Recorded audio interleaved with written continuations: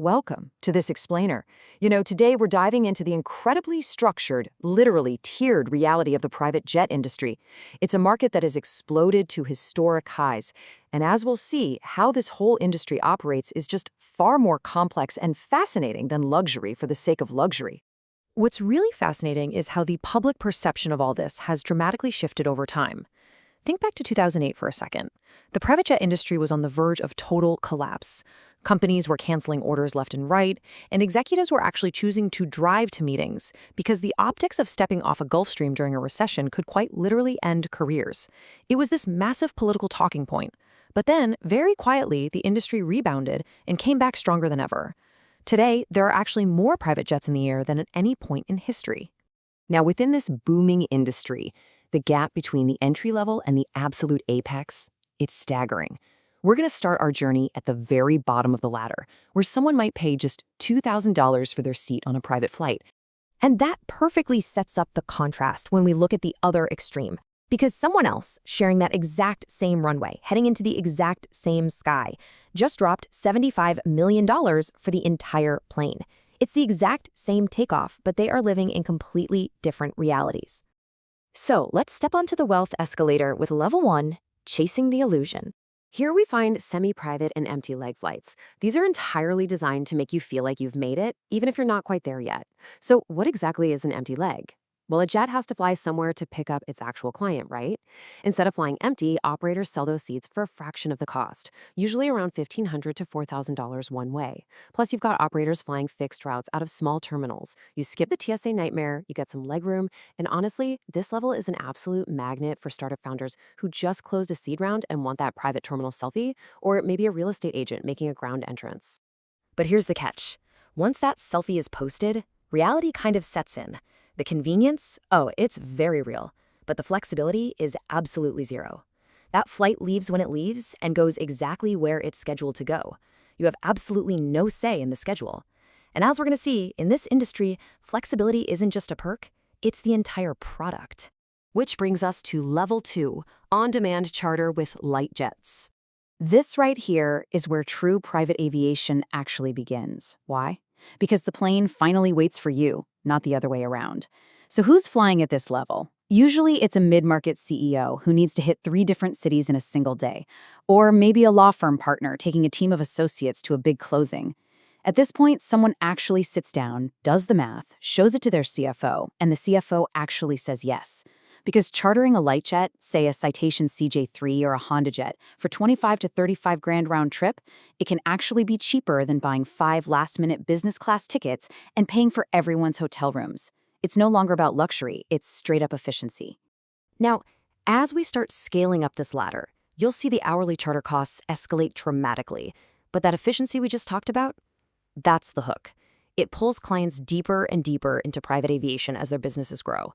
They start at level 2, bump up to level 3, and eventually hit level 4, all because the math just keeps justifying the upgrade. Moving right along, we hit level 3, the airborne office. We're talking mid-size and super mid-size jets now. This is where private flight stops being a clever workaround and becomes serious, hardcore business infrastructure. We're looking at 8 to 10 seats, with a range hitting up to 4,000 miles. A wealthy family's investment firm runs the numbers, looking at $6,000 to $12,000 an hour, and realizes that nonstop cross-country charters just make perfect sense.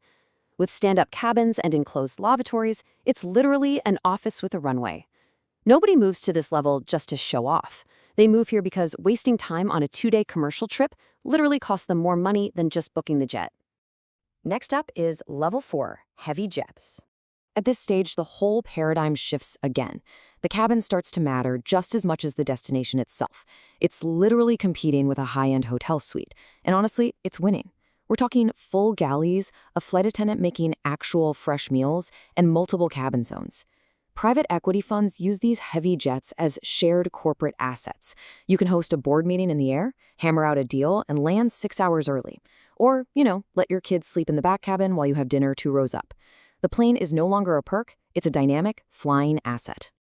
And then we break into the stratosphere. Level 5, ultra-long-range jets.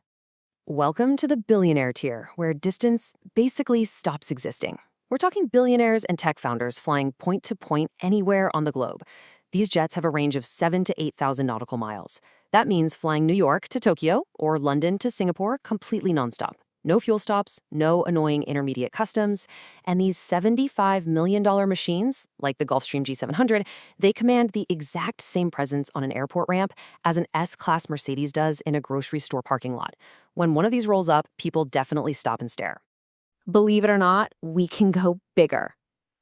Level 6, VIP airliners. This is where a jet fundamentally stops being a jet and transforms into a sprawling luxury residence at 40,000 feet. We are looking at Boeing business jets and Airbus corporate jets.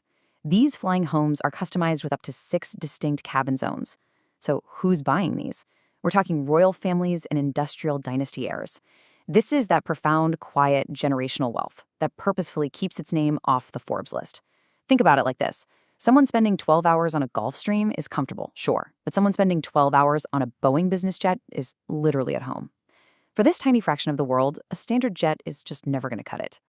Which brings us to the absolute pinnacle, Level 7, embassies with engines.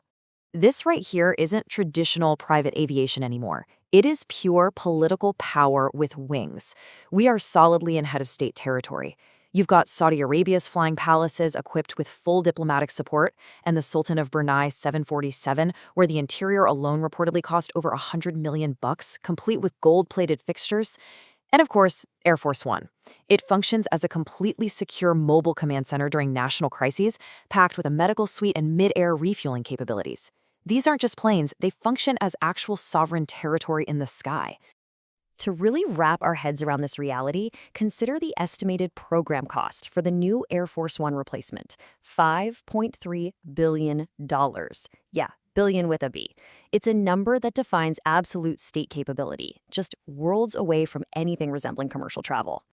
So let's pull all of this back together. From the guy snapping a selfie on a $2,000 empty leg, all the way up to a head of state flying in a $5.3 billion widebody, the absolutely crazy thing is they are fundamentally doing the exact same thing. The guy at the bottom, he's buying 1 hour. The entity at the top, they're buying all of them. You know, every other industry in the world sells you some kind of physical product, but private aviation sells you the single resource you simply cannot manufacture: time. And that proves the jet itself was never really the point. It's entirely about what you do with the time that jet buys you. I'll leave you with this final thought to wrap up our explainer today. If the absolute ultimate luxury in the world, from the cheapest empty leg ride up to a flying palace, is simply the preservation and control of time, how are you valuing yours?